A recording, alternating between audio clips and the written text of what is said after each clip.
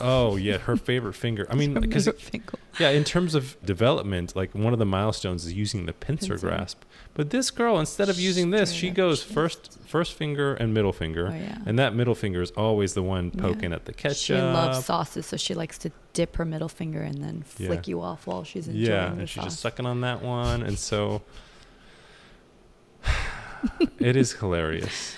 It's very cute. Hi, I'm Emmy. I'm 2. Welcome to Grace, Giggles, and Growing Pains by Mommy and my daddy, Jenn and Brandon Rogers.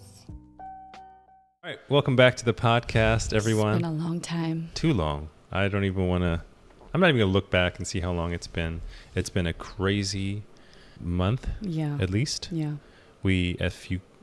For those of you that aren't watching the video, we are in a new place. Mm-hmm. We just moved into a new home. It's been a week and a half or so since we've officially moved in. We're still very much settling in. Mm-hmm. But I think we're functionally settled. The first floor, mostly besides that corner with all the Amazon boxes that have been broken down. Yeah. The rest of the house on the first floor looks great. It does, yeah. And we're just so happy because we were living in an apartment before, which... We've mentioned this in the previous podcast, but we do keep moving up in some way or another. Yeah. Right. So we're grateful because we were in Maui, where before that we were in Korea, pretty tight living just in general because it's a very densely populated place because we were in the heart of Seoul. Then we moved to Maui, where it's still a small island and things are expensive there. So we were living in like 500 square foot apartments, and then we moved into like a 1,400 square foot apartment when we had Emmy. So that was a big upgrade. That's right. We had 2 bathrooms and 3 bedrooms. Yeah, that's right. Which was huge from our 1-bedroom ohana, the mother-in-law suite we were living in. Uh-huh.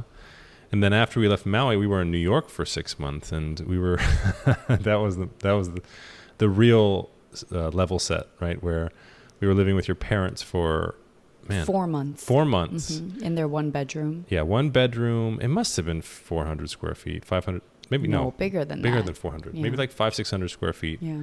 1 bedroom. The 5 of us. Mm-hmm. We took over their master. Well, 6 because Izzy was in my belly. That's right. Izzy never got to live there, but she was still taking up space. So we were there for 4 months. And then after that, we were 2 months in an Airbnb. Yeah. That on paper looked like it would be a lot bigger. Oh, but that place must have been like 250, 300 square feet. It was not 300. You think it was 300? It was tight. It wasn't bigger than our Maui ohana. Okay. And Maui ohana was like 400, 450 maybe. Okay. So somewhere between 300 and 400, I would like guess. Brandon would sit on the toilet and his knees would be touching the wall, just to give you some perspective. Yeah, I lived that, and I still have a hard time picturing that because the description of it is so ridiculous. Yeah. Right? And the bathtub was like a mini bathtub. And it wasn't supposed to be an apartment. It was like a family unit, and I feel like they broke it up into several Airbnbs. Sure, yeah. So there was no living room area. Yeah. It was 2 bedrooms and then a kitchen. Yeah. Yeah, exactly. And a 1/3 bath. That was intense. Oh my gosh. Yeah. So that was our history of where we lived. And so when we came to Austin, it was 1,500 square feet. Our first home, yeah. Yeah, our first home.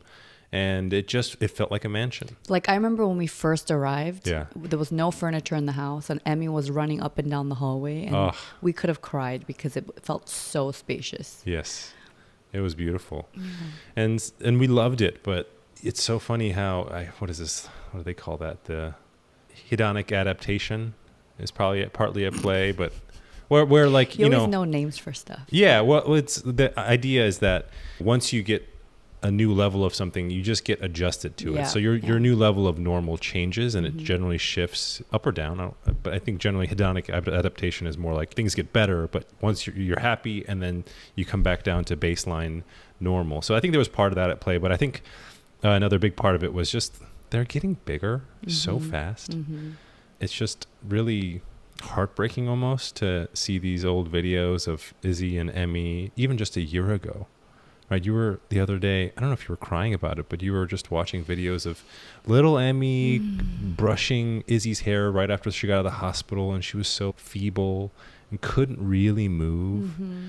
And she was just laying there. I mean, and just how much of a baby Emmy was too. Even though she'd always seemed advanced for her age, it was like, wow, we had 2 little babies at the same time. Mm-hmm. But yeah, now Izzy too. I mean, she crawls She's a speed demon when it comes to crawling. So fast. Yeah, and then Emmy's just starting to get all knobby knees and like just already, even as a 3-year-old, getting all lanky, almost like an adolescent, and it's kind of making me sad, right? And she's giving us so much attitude all the time. So much attitude. What was the thing she did the other day when you were telling her to go to the bathroom? She's like, I'm going. Like in that tone. Yeah. Even though she knows she takes a million years to do and now everything. when she doesn't hear something that I say, she'll be like, what? And I'm like, no, Emmy, we don't say what anymore. So I'm teaching her to say, pardon? Yeah. Pardon? Yeah. So now she says, Martin? Martin. Oh, yeah. But to bring that story to a close, we're now in a 2,500 square foot home. That actually feels like a mansion. That actually feels like a mansion to us. It really does. Like when I'm upstairs, I have to have my phone on me. Otherwise, I wouldn't hear you calling for me. Yeah. There's so many little places you can go to. Yeah. It's Everything 4 bedrooms, 3 baths. 3 full baths. I have, for the first time in my life, like adult life, I have a garage. That's right. You've never had a garage either, right? I have, but it was more for storage. Oh, but it was like you were living with your parents, right? Yeah. Actually, no, when we did have a garage, it was my parents' place. I wasn't living there anymore. So I was familiar with the garage.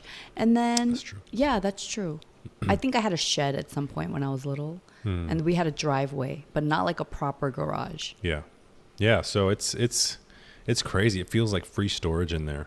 Yeah. Right? Yeah. Because before I would always be looking into storage places and whatnot. But I think that helps to inform the episode of what we want to do, because we're kind of starting back up again. I mean, to those of you that are watching this, I just can't believe how much I love you and why that you're still here. Yeah, why you'd even watch it. Yeah, because I feel like we're just a hot mess. We're so inconsistent. Figuring out. Yeah. I feel like we're constantly in transition. Yes. Yeah. Yeah, and then I think that's the thing. Ever since we decided to quit the cush secure job thing and to try to make it on our own, it has just been nonstop chaos. And that was the point, actually. I think the big story that got us to leave was the story of Peter, and when he stepped out onto the water in the middle of a storm to go walk towards Jesus. I mean, I think that really does epitomize our life for the past, was it 7 years? Oh my gosh, has it been 7 years? Yeah, it's pretty gross. It's so gross. Wow. So I do want to, in one sense, look back and be grateful, because it's so easy to just get lost in the swirl of all the commotion and stuff. To be thankful, because I know that at the very least, even if our circumstances don't necessarily demonstrate the progress, I do think that progress is being made. And I'm not able to, in this moment on the fly. Motion detected at front door. Oh, having a Ring camera. Oh, yeah, having a Ring camera. That's amazing. Yeah. We've never had one. Yeah. Now, like, we know every time the wind blows or someone drops off a package, getting packages to our front door. Yeah. So, I mean, if you couldn't hear that, there was a Amazon notification saying that there was a motion at the front door. Yeah. So that just got set up yesterday, but keep going. No, I was going to say, living in the apartments in Korea, our packages always got dropped off to the security guard at the, in the lobby. So you always had to go down to retrieve your packages. That's right. And then our last place at the apartment, if it was really large, they'd drop it off in front of our door. Otherwise, our packages arrived at the clubhouse and we had to walk over. And just taking 2 little kids on a stroller to go pick up packages, it was like a whole thing. Yeah. So it's either I would go out late at night to go pick it up after the girls are in bed, or if we had enough time before the next thing that we had to do, whether it was mealtime or bedtime. If we had a little window, then we could stop by and get packages. But now it just shows up to our front door. Yeah. It's amazing. Yes. And I feel like that's such a basic thing for a lot of people, especially if you've been in a home for a long time, but this is a huge upgrade for us. Yeah, it's massive for sure. Yeah. I mean, that's definitely one huge thing to be grateful for, well, of all the things that we talked about. What else about this home are you grateful for? The lighting in here. Yes. Oh my gosh, our ceilings are so tall. Like just the stairs to go up to the second floor, we have so many windows. And the sunset you can see from here, I mean, you can kind of feel like what it was like when we were in Hawaii, when we'd see like the different colored sunsets. So it's gorgeous. And I was just telling Brandon, like, if we didn't have kids and if I didn't have a black thumb, this would be the perfect place to have plants. But I just cannot manage another living thing right now. I just can't. Well, not with any real grace. Yeah. Yeah, but the lighting is beautiful. Yes. There's so many windows in this home. Yeah, I'm really grateful for that. Because I'm not much of an outdoor person, but I feel like I get plenty of vitamin D in here. I don't know about that. I do. Yeah. Well, yeah. Relatively. Relative to your Smeagol ways. That's true. What else? Our first floor, we don't have any carpet. And I don't know. I was always kind of like weird about carpet, especially if it wasn't a brand new home. Yes. 'Cause I think about the people that lived before us, right? Or the different tenants that may have lived there. And we're an Asian family. We don't wear shoes in the house. So the thought of just people walking around in shoes and having crawling babies on the carpet, that always weirded me out. I would say even carpet is weird. In Korea, you don't really see carpet. Oh, that's true. You don't see carpet. That's true. You don't see carpet. I mean, did you have carpet growing up when you lived in New York? Oh, you did? I did. I grew up with carpet on all floors, except for the bathroom and the kitchen. And then in our apartment, it was a brand new build. Yeah. So I thought everything was going to be pristine. But then the carpet was so nasty from all the construction and renovation and stuff.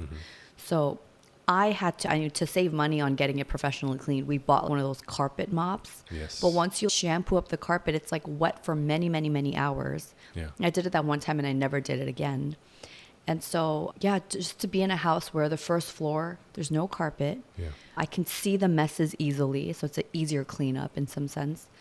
And then upstairs we have carpet, but I think the landlord too, even when he came to show us the house, even when we met him to see the house, he was like, oh, would you guys mind taking your shoes off? So we're like, oh, that's great. We're going to assume that he prefers not having shoes in the house or whatever. I don't know what the old tenants were like. But anyway, I kind of like the mix of it too. I think he said he got it professionally cleaned, right? He did, yeah. Oh, yeah. So it is nice. It feels nice and plush to go up to the carpet in the master, but I love that it's not on the main floor. Yes. Where the heavy traffic occurs, you know? For sure. Yeah. I do love that as well. And then I think another thing that you're super grateful for is our new family member. My third daughter. My Roomba. Yeah. So just for context, yesterday was Jen's birthday. So if you wanted to leave her a happy birthday note, I'm sure she'd really appreciate it. But you are a ripe young 38. Yes. Feeling great. Feeling great at 38. And with your birthday money, you bought... Yeah, before I received any birthday money, we were doing the calculations. I'm like, we're probably going to get this much. Yeah. And what's nice is, okay, so growing up, I always felt like my birthday was overshadowed by Thanksgiving because it often fell on Thanksgiving Day or the day after. But I mean, as I gotten older, I don't really care because now as an adult, I'm like looking forward to Black Friday deals, right? Like I'm making a list, like similar to my sister-in-law who has a running list of like, these are the essentials that I get anyway. So I'm going to wait for Black Friday sales and stock up. And I've had my eye on the Roomba for a while and I've heard such polarizing things. I feel like either people love it or they're like, it's like having a blind dog or something. It can't find its way home. It doesn't really clean. It just bumps into stuff and gets stuck. And so I've always had it in the back burner, but I've been looking into the combos where it vacuums and mops. And my plan for this home was to keep things minimal so there isn't a bunch of clutter. And at night, it's really just me putting up the dining chairs onto the dining table and then just like picking up a few things off the floor. And then there's not many obstacles for the Roomba to do its thing. And it has been glorious. Like it vacuums, like one side vacuums and the other side mops. And it just mapped my whole floor and it's great. Yeah, because I think, well, first of all, when we moved in, we were hoping that our movers... Oh my gosh. Well, okay, before the movers came, luckily we had like a week, not layover, what's that? Overlay? So we had... Overlap. So we left our apartment and then our lease wasn't going to end for another week. And then midway was when we were able to move into this house. So we had time to come and like start unloading a few things and cleaning the floor. And I vacuumed and steam mopped the entire floor. That's right. waiting for our stuff to arrive. Yeah. But then when the movers got here, it was against their company's policy to remove their shoes or wear shoe covers. Yeah. So the floors got so gross again. Yeah. And we have Izzy who mouths everything, but now she just like straight up lays on the floor, face down, and just licks the floor. Yeah, she makes out with it, yeah. So I'm like, oh my gosh. And I want to do maintenance clean. And obviously, even my Roomba, it mops, but it's not like a disinfectant deep clean. I'll still want to steam mop here and there. But just to have someone else clean for me Yeah. every night while I'm doing other things, Yeah. I'm so thankful. Emmy goes, who's your little sister? She goes, Izzy. Who's your other little sister? Esme. Esme is the name of our Roomba. Yeah. Esme Roomba Rogers. Yeah. But yeah, cleaning is Jen's love language. She is, I wouldn't say borderline OCD. I would say borderline OCD. Okay, so what I also want to add to that is I don't love cleaning. I love the result of cleaning. I feel like some people enjoy cleaning. I don't necessarily enjoy cleaning. I enjoy organizing and tidying. There's a difference. I love the results of a clean home, Yes. but I don't love cleaning, which is why if I can outsource something like vacuuming and mopping, Yeah. that makes me so happy. That makes a lot of sense because you get really upset when things go from clean to less clean. Not even dirty, but just clean to less clean. Yeah, like any level of departure from what you perceive to be clinical sanitization, it's very upsetting to you. Well, even more than that, I think my bigger pet peeve is when things are not in their place. And I feel like that goes to speak to my organization thing. I like everything to have its home, and I like for things to be where they're supposed to be, so I don't spend time looking for it. Yeah. And, you know, the reason I have homes for things is so that I can just beeline to it and then grab it. So I feel like more than dirty, yes, when things are less clean, it bothers me. But when I can't find something, that's much more of a pet peeve. Wouldn't you agree? No, I can't say that I agree. Yes, I because even appreciate with even with Emmy, if she wants something, I'm like, okay, you can have it as long as you put it back after. And she's constantly asking me, where's this? Where's that? I'm like, you got to keep track of your stuff. I don't know, babe. You like triple bag our meat at the grocery store, even though it's fully wrapped and possibly okay. Okay, I mean, double bag it, and it's usually because if you double bag open package meat, which have leaked on me, right, it can still leak out. So I put a bag on the other side, so that way both ends are covered. You double bag it, and then when we get to the checkout line, well, they're like, ask, do you want bags for you? And then you're like, yes, that's triple bagging. No, do you want a separate bag for your meat apart from all the other groceries? And our grocery store always asks. So I'm like, yes, why not? Yeah, and then I triple contain bag it. No, I don't do the third one. I just double bag it. I would and say, then no, thank you. It's already double bagged, but you're like, another bag. Sounds like a good idea. Just for the meat. I'm weird about meat juice, raw meat juice.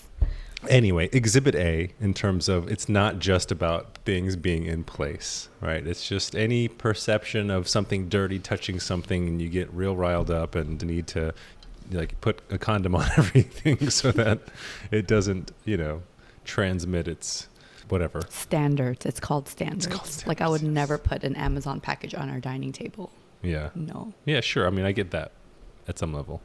But I mean, you don't even like it on certain places to sit, for example, or I don't know. Anyway, so I love my vacuum mop. Yes, Roomba. all this to say. That was my birthday present. Yeah. Yeah, and then the other thing that I love is Brandon surprised me with a mini Theragun. Theragun's a massage gun. We've had one. We have a Hypervolt. Yeah. Had for many years. It's like, was that the first generation that came out or something? Oh, so it wasn't the first generation, but it was the first one that was, because I think Theragun came out first, as far as I know, and then Hypervolt came out, and the reason I got that one was because it was quieter than the Theragun. Okay, well, it's like trying to massage yourself with a brick. It is so heavy. It's pretty heavy. And every time I have knots and stuff, which I always do, yeah. Brandon's always telling me to use the Hypervolt, and I'm like, I'm okay. I'll only use it if I sit on the floor like in front of the couch and Brandon's sitting on the couch and he massages me with it. Yeah. But I hated doing it myself because it was so and heavy. For those of you that are just hopping in, I mean, this is really important because in general, Jen's posture is not great, especially around the neck. And then our kids have been heavy, both of them, like 90th plus totally percentile blame you for that. in weight, and they just keep Big getting kids. bigger. Yeah. I mean, Yeah, I'll take partial credit for that. Maybe 50%. But 50? Okay, fine. They got that from me. But the point is, she goes through seasons of, like, if she needs to carry them too much, her jaw will come out of alignment. So she can't really clench and close her jaw all the way. And it's all related to the neck and shoulder and how all that connects and the posture and whatnot. So she gets these knots deep in her shoulder, and that's what affects her jaw. And unless she can relieve those knots, whether I'm massaging it or use the hypervolt, it's hard for her to restore that function. So anyway, that's the importance of it. And now you have this sleek, ultra portable. Oh my gosh. It's so small. Yeah. And you would think it's not as powerful as the original Theragun. I mean, I've used the Theragun here and there. I can't really do a direct comparison, but it's amazing. Yeah. And it's so small, so it just lives in my diaper bag. Yeah. And I'll use it in the car. I'll use it because Izzy, she's still not walking yet, and I'm carrying her constantly. So when I take her to PT, physical therapy, I'm sitting there like massaging myself. And it added some weight to my diaper bag, but it's been so amazing. Yeah. And it's so pretty. It's like this desert rose color. You did a great job with the color. But that's been amazing. Those two have been like highlights. Yeah, birthday gifts. Yeah, it's crazy because it's, I mean, just because it's smaller, I don't know. I mean, I'm sure that the regular one probably is more powerful. And I think that's just a testament to how far this tech has come, because the hypervolt, I don't see that much of a difference in terms of power. But man, the fact that you can just chuck it in a bag, it wasn't that expensive. I remember the hypervolt was like $400 when I got it. And then this portable one is $150. Yeah. I mean, I don't know if it was because it was Black Friday or near Black Friday, but $150 to like restore a working jaw. Easy price to pay, I would say. Oh yeah, I've had like more expensive massages that didn't give me the relief that I needed. That's a good point. Yeah, because we paid for a massage recently to try to do that, and it didn't really do much. But this will get to the trouble spot right away. Unbelievable. So it's been all about me. What about you, huh? What are your weird quirks and? Oh, so another thing that I'm grateful for about having a new home is that we have our own little backyard. It's not much. And it's, we were hoping for a home that had a kind of a flatter yard so that Emmy and Izzy can go, but also we can hopefully one day set up some swings or a slide or whatever. But we have a decent amount of yard space. It's on a slope, so I don't know if we're going to be able to do all that stuff. But the fact that we have that, first of all, is great. We also have a nice little patio area, which we had in our apartment, but in the apartment they have really very strict rules about, like, not even an electric grill. Yeah, you couldn't even leave your kids' bikes and stuff on the balcony. They're like, you can't. No garbage. Yeah. Even string lights they were weird about. Yeah. So it's a few podcasts ago, I remember sharing a story about lusting over a Traeger grill. Because I didn't know what it was. I've seen the brand everywhere, but I didn't realize the mechanics of it. Because I used to have a gas grill, which I was like, okay, well, this is cool. And then I added like a smoker box where you can throw some wood chips in there to get some smoke. With the convenience of the gas grill, you can still have the taste of a charcoal grill, for example. And I was like, oh, that's pretty cool, but it's kind of annoying.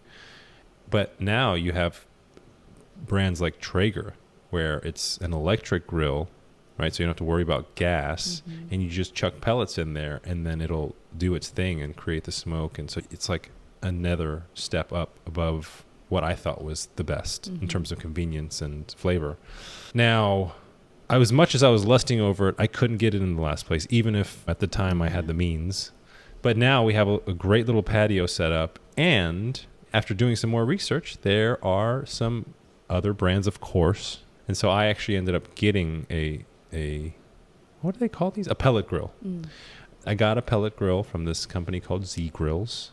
It was, according to my research, it doesn't have all the bells and whistles. Like Traeger's cool because you got like a app where you can manage the heat and all that from the comfort of your wherever. So this one doesn't have that, but functions great. It's more affordable, and the quality is there apparently.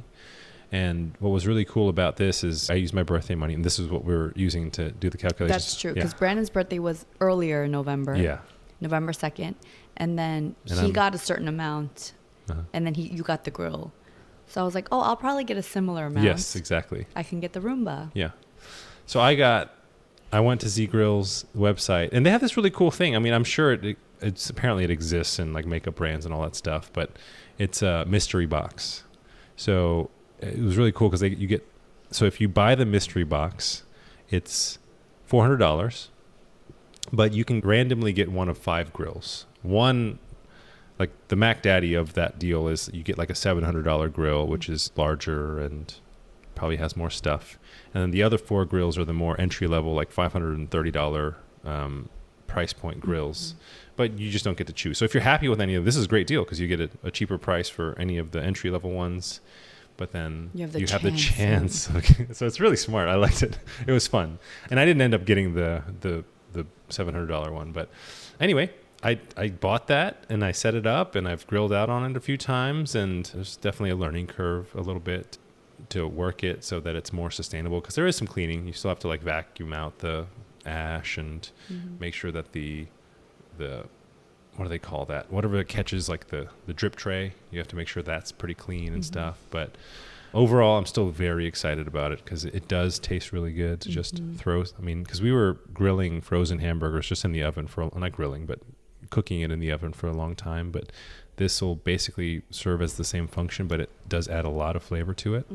So it just makes meal prep and just having food at home. Oh, and our girls love meat. They do. Yeah. That's probably why they're so big.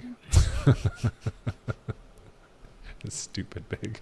So that was definitely a huge one for me. So I love having this little back, I want to go out more. I mean, it's unfortunate that like as we moved in here, just did start getting a little cold, yeah. But I eventually want to get into grounding. Have you heard of grounding? Yeah. I think Melissa, our friend from school, Emmy's school, she's talked about it, but I'm hearing more about it and how important it is to get grounded. Apparently it does something to like your blood to allow that to flow better. It polarizes it or something like that. Yeah, I had a coworker tell me years ago in Korea that one of the best things you can do after you travel, especially if there's a huge time difference, to combat jet lag, is to just walk around barefoot on grass. Yeah, it's crazy. I mean, I wouldn't think so, but I guess it makes sense. I mean, for a long time, we were always connected to the ground, but now we are never connected to the ground. And I mean, it is surprising to hear that there would be some sort of property that transfers just from being connected. But that and like getting actual sunlight, babe. I do get actual. Do you know how many windows are in this house? I'm already thinking about how many blinds to clean. Yeah, it's bright in here, but that direct sunlight, you're never in it. So much. If I go up the stairs enough times, I'm in direct sunlight. Oh, you don't do that very often. But anyway, apparently those two things are so overlooked. But I mean, there's like an epidemic of just lack of vitamin D. And then I've just begun to look at this whole grounding thing, but eventually I do want to work a routine in where the kids and I in the mornings, maybe we go out barefoot and we're in the sun a little bit and we're getting our feet. I wish our grass was better. Our grass is kind of a little spotty and kind of not like park grass. Okay, that'll be our next house. Yeah, next upgrade. Yeah, we have plenty of room for upgrades here, but so that's something that I'm forward looking grateful for, even though we haven't taken advantage of it yet. Yeah. But it's cool, man. Yeah, our master bedroom is huge. That's true. Right now, it's like 4 people can comfortably do yoga around our bed. Like our king size bed looks like a twin now. Yeah, Amy, my sister-in-law, our sister-in-law, she was commenting about how your bed looks like a kid's bed now. Yeah. And that's the biggest bed we've ever had. We've never had a king until we got to Austin. That's true. Yeah. Yeah, and it's starting to feel small because Emmy's been sleeping in our bed regularly, and the girl just does not know how to she sleeps perpendicular every time. Yeah, I think it's a toddler thing because my best friend Jess was saying how her child sleeps with them too, and he sleeps totally across, their feet are on someone at some point, you know. Yeah, I guess it's like when you're a kid, there's not like an orientation, right, that is appropriate. It's just a bed and you do what's comfortable, and so I think we only notice it when it's taking up the perpendicular space, but it's very interesting to think about that. But another thing I'm grateful for is with this new setup is before, when we were in our apartment, we had one room that was Izzy's / the office, Well, originally it was the guest room / office. That's right, guest room / office, and then it became guest room / Izzy's room, and I moved my office into the master bedroom. But now we have a guest room that's basically getting no action right now. Yeah. We haven't even looked at it to set it up, and then we have 3 bedrooms upstairs. I have a laundry room. I know you're. Okay. I figured this would inspire that. Yeah, but go. Anyway, so now we have. How did I forget that? I know we have a big master. We have an office now. Next door. Yeah, next door to the master. Yeah, and then we have the girls' room, and we had big worries about that because Izzy, she's now become a good sleeper, but she does this weird thing either for both naps, not as consistently with naps, but like even at night. Although I haven't heard it recently. But generally, we put her down at like 7:45, 8, and an hour and a half later, she wakes up crying. And she cries for maybe a couple minutes. But it's like crying hard. Yeah. And then she falls back asleep. Yeah, and then no peep from her until the next morning. Yeah. And it's like clockwork every day until recently. I don't know. I haven't heard her at night. Maybe it's because we live in a mansion. But my worry was that, okay, well, we're going to try to sleep the girls together. What if this wakes up Emmy? And because Emmy's been sleeping in her bed, we haven't tested the nighttime theory yet. But you have been napping them together. Yes. So why don't you tell us about that? Oh, yeah. So I've been taking them up for naps because they nap at the same time now. Yeah. They are so good at napping. They nap from like 1:30 to like 4. They get that from you. They might get my size from me. But they're like great sleepers. Yeah. And I also nap that time too. So the 3 of us nap. And I think yesterday was the first time where Izzy actually did start crying in the middle of a nap. She doesn't really cry during nap time. Yeah. And I in panic mode started checking the monitor to see if it woke Emmy up. But Emmy was just sleeping. And she's under strict rules now too, where in the past, I think one time I put Izzy down and then she started crying. And then Emmy started crying. And then I think Izzy was like, oh my gosh, someone else is in this room with me. Because Izzy's crib still has the blackout tent over it. So there's still like visual separation for them, even though they're in the same room. But yesterday was the first time where Izzy was crying and Emmy was still deep asleep. So I'm just crossing my fingers that she's just kind of going through what I've heard about other toddlers, where sometimes they can just sleep through anything. But our kids have always slept well with like darkness and white noise. And we don't have blackout curtains in their bedroom. So for Emmy, as bright as it is during the day with the blinds closed, and it didn't wake her up. So I'm like, that's amazing. Yeah, that's one worry that we haven't fully tested it yet, but I think we don't have to worry about as much. And the other one was, I was worried that if she wakes up and then Emmy reacts, then Izzy's going to get more riled up and not fall asleep. And so that's one that would ruin our sleep too. Yes. Yeah. So we're still testing that one out. But I think I have high hopes because Emmy has been quite good about, even when she wakes up during nap times and she's been awake, we tell her like, hey, don't make noise. You know, you can come out, just be quiet. If Izzy doesn't stop crying, she's allowed to leave her room. Yeah. But if Izzy just cries for a little bit, just lay there and wait for Izzy to calm down because she will. Yeah. So it's nice is that she's old enough now to understand and follow through with that. So I appreciate that a lot. So I think as much as that one worried me, I think we're good. Yeah. So the next step from there is to get Izzy out of her crib. We want to get bunk beds for the girls. Yeah. But right now, I just don't think Izzy can sleep in a bed that's not a crib because I can see her totally crawling out and then going to the door and just crying until someone comes to get her. That's true. So that's another evolution, which, you know, I think the next step is to remove the blackout tent. And I want Izzy to be like, okay, Emmy's sleeping there, but this is time to sleep. I don't know when that's going to happen either. Yeah. It's a huge step. It's a huge step. And I think we'll see signs with, let's talk about Izzy's improvement so far. Yeah. So, wait, before we do, so we have the master. Oh, yes. We have the office. We have the girls' bedroom. This is all on the second floor, which is amazing. Because if we do have guests, they have their own space in like one part of the house where there's a full bathroom and a full guest room. So upstairs we have that, and then right in between the office and the girls' room is my very own laundry room. And not just like a little space just for the washer and dryer like we've had. It's a room. I've got storage cabinets. There's a window in there. There's enough room to put out. We have a table there where I can fold laundry. We have a laundry rack for those things, for those items of clothing that can't go in the dryer. I have a whole door organization thing with like all my laundry mesh bags. I have a roll of toilet paper to clean the lint filter. Like, it is so glorious. And it's right across from the girls' bathroom. They also have their own bathroom with the double sinks. Yes, that's right. And so bath time, it's so easy. Their clothes go in the hamper. It's right there. It's like 2 steps away.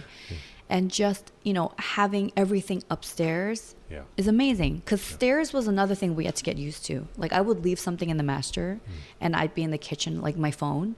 Like, oh my gosh, it's so far. And if I have like 2 needy children with me, going all the way upstairs to get something is a trip, right? Yeah.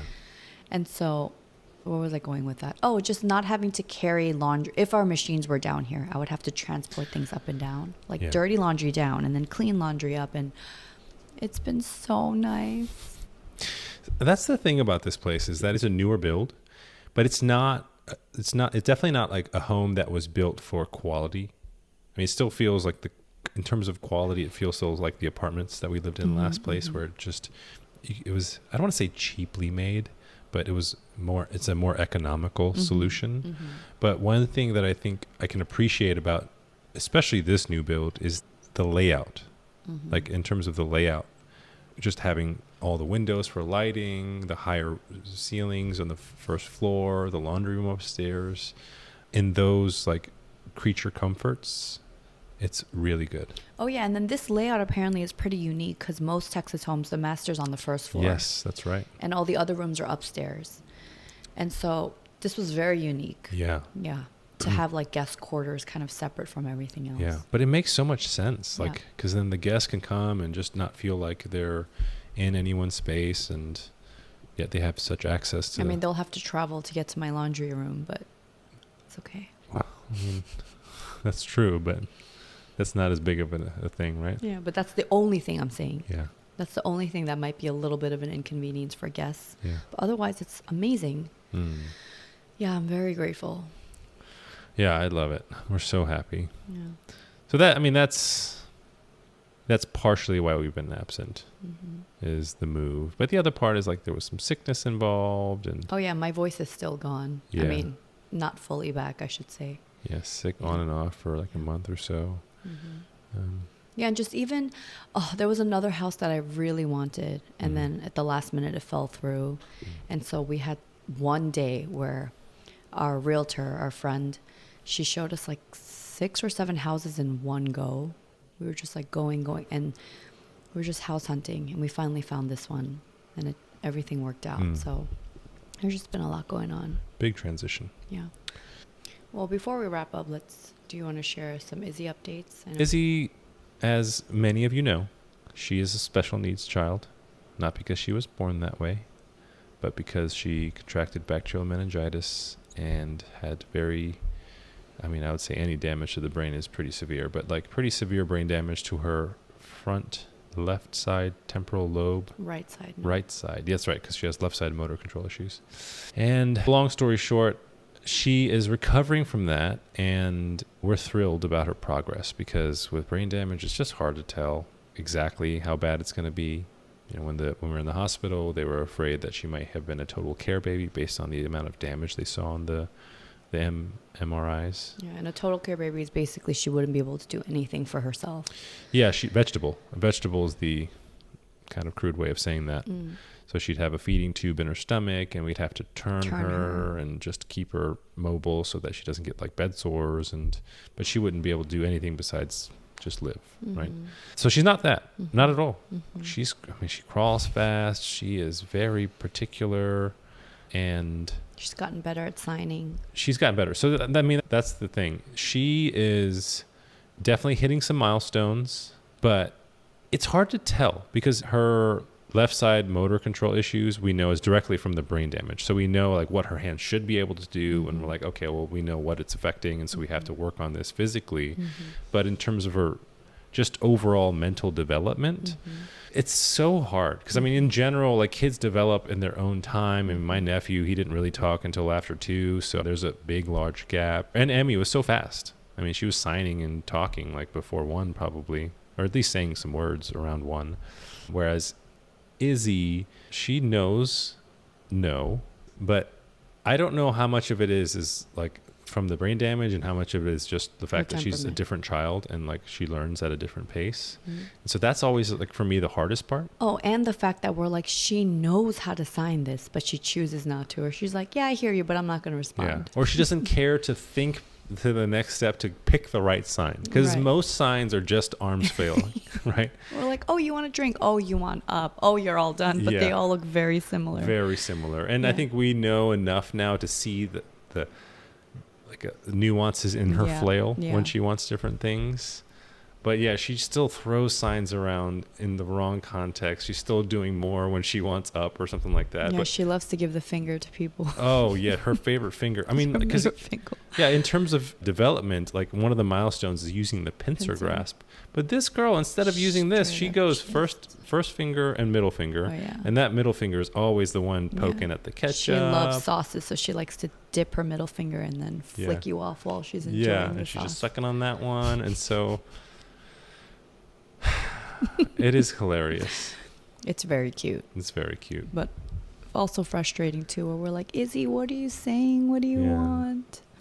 Yeah.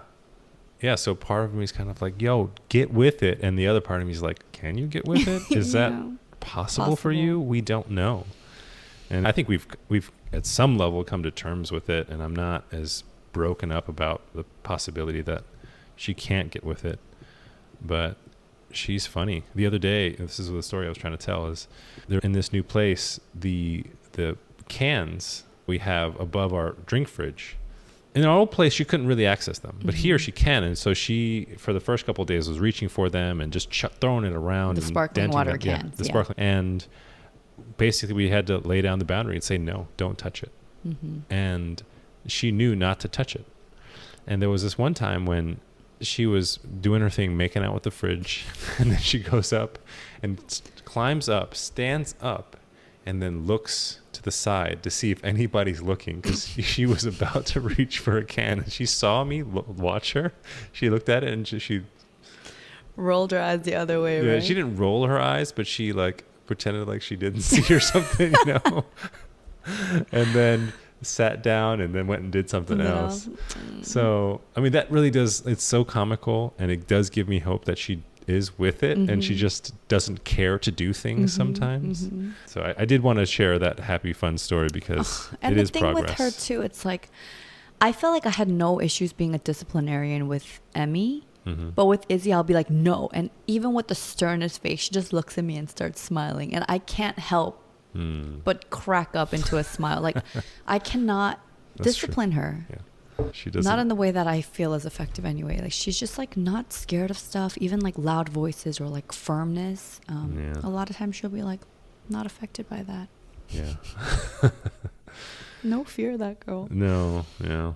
Oh, and yet the scariest of cats ever, right? Because when we took her to church, I mean, she still holds the record for the baby that has, how do I say this? Like, taken the longest to adjust. Yes. So for probably at least 2 months, every Sunday, she would go and cry most of the time. Yeah, because we drop her off at children's ministry so that we can go to service. Yeah. And we're like, they're like, don't worry, she'll get it. They all do. And then every week they're like, nope, Izzy still holds the record for not calming down. But good thing is that we went back after all this transition to church on Sunday, and she was awesome. Yeah. She cried for, like, when we handed her off, she didn't cry. And then she cried maybe as we were passing by the room. She didn't see us, but she was crying, realizing I heard her. Yeah. And then apparently after that, she was great. She was going up to people, hanging out and stuff. So she's getting it. Yeah. Yeah, she's progressing, and she's so heavy and cute. Very heavy. Yeah. Very cute. So yeah, we do hope that she'll learn to walk soon, because her standing's pretty great. Her ankle's looking really crappy. Yeah, her left ankle, it collapses a lot because of the poor muscle tone. Yeah, the way that it affects her left side is that she has a hard time, I think they call it externally rotating. So like bringing your hand, like a pinky, in and up, I mean, like that's kind of hard. And then her left foot, she only presses down with her toe, really. Her pinky side doesn't really press down as much, so that's why her ankle collapses inwards. So yeah, it affects external rotation. I mean, I think there's some kind of phenomena there. The PT, we started going back to that again, and she prescribed an orthotic. Which is like a brace for the ankle that she would wear in a shoe. Yeah. So hopefully that'll help. Yeah. Yeah, but that girl wants to move so bad. She does. Yeah. Yeah, that's why she always comes to me and basically wants me to like chuck her around, throw her and swing her. And like she wants me for the comfort, but then as soon as she knows you're available, she wants you, because I don't chuck her around. Yeah. I would like dislocate my head. Yeah, that's true. That's true. But well, I think it is time to wrap up. You have to, I don't know how much napping you'll get done, but I hope you get some of it. But anyway. This was my nap time. Yeah. Thank you to those of you that have come with us this far. We do love conversing with you. We love it when you leave comments, and hopefully more people will be able to see something written that I put out along with this podcast. But otherwise, we hope you had a happy Thanksgiving. Happy holidays. Yeah, please leave us maybe what you were thankful for in the past month or over the Thanksgiving holiday, or maybe even a cool purchase that you had that we should hear about. And we will definitely be responding, which reminds me, I don't think I responded to a comment a lot in the last video, but I will do that. And have a good day. See you next time. Bye. Bye.